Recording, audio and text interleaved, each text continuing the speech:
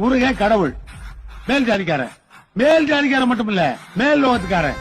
பள்ளி குரத்தி தாழ்ந்த ஜாதிக்காரி. இந்த தாழ்ந்த ஜாதி குரத்தி மேல காதல் வந்ததுனால மேல் ஜாதிக்கார முருகன் அங்க இருக்கிற வேலை வெட்டியெல்லாம் விட்டு போட்டு இங்க வந்து பலவிதமான சூழ்ச்சிகள் பண்ணி தாழ்ந்த ஜாதிக்கார வள்ளியை கல்யாணம் பண்ணாயா. ஆக மேல் ஜாதி முருகனுக்கும் கீழ் ஜாதி வள்ளிக்கு நடந்த கல்யாணம் தானே உங்க வள்ளி திருமணம். அதைத்தான் நான் நடத்தினேன். அட என்னையோ கடவுள் கலப்பு திருமணம் பண்ணிட்டா மட்டும் கையெடுத்து கும்பிடுறீங்க. ஆனா நடந்த கல்யாணத்தையே வருஷம் வேலை வெட்டியெல்லாம் விட்டு போட்டு விக்கிரம் வச்சு விழா எடுக்கிறீங்க. ஆனா அதே கலப்பு திருமணத்தை நம்மள ஒருத்தன் ஏழை தாழ்ந்த சாதிக்கிற பண்ற மட்டும் வாயில வயிற்றுல அடிச்சுக்கிறோம், அவ கையை கால வெட்டோம். அந்த முருகனை ஏயா நான் பண்ண காதல் திருமணத்தை அந்த பையன் பண்ண அவனை ஏண்டா வெட்டுறீங்க, உங்களை தடுக்கிறதும் இல்ல அவனை காப்பாத்துறதும் இல்ல. இது பாருங்கயா, புராணங்கள் வாழ்க்கையில கடைபிடிக்கிறதுக்கு சரியான தத்துவங்கள் அப்படிங்கிற நம்பிக்கை இருந்தா இப்ப நான் பண்ணேன் இந்த கல்யாணம் ரொம்ப சரி. இந்த கல்யாணம் தப்புனா புராணங்கள் வாழ்க்கையில கடைபிடிக்கிறது தகுந்தது அல்ல. இது எடுத்து வைக்கணும். இப்ப எது சரி?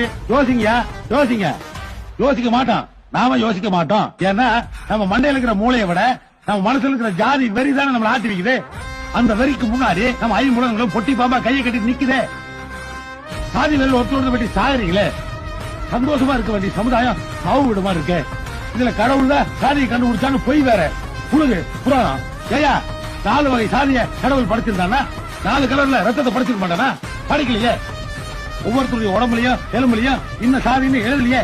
ஏயா இந்த உலகத்தில் இருக்கிற அத்தனை பேரும் கடவுளால் படைக்கப்பட்டவங்க சொன்னா எல்லா ஜனங்களும் கடவுளோட குழந்தைகள் இல்லையா? அதுல பாதி பேர்த்த தாழ்ந்த சாதிங்கிற பேர்ல வறுமையில படுகொலையில வச்சுட்டு மீதி பேர்த்த உயர்ந்த சாதிங்கிற பேர்ல மேல வச்சு சந்தோஷமா பாத்துட்டு போனா. கையா நீ கையெடுத்து கும்புற கடவுள் அவ்வளவு கல் நெஞ்சுக்காரனா? கையா என்னையா கற்பனை இது? ஒரு தாய் ஒரு மாறுல பாலையும் இன்னொரு மாறுல வசதியும் கொடுப்பா குழந்தைக்கு.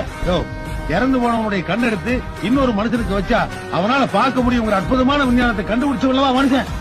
மனுஷா ஒரு சாதியில பொண்ணு எடுத்தா இன்னொரு சாதிக்கார கோவப்பட்டு வெற்றியே. இது உனக்கு வெக்கமா இல்லையா? பேரணியா இல்லையா?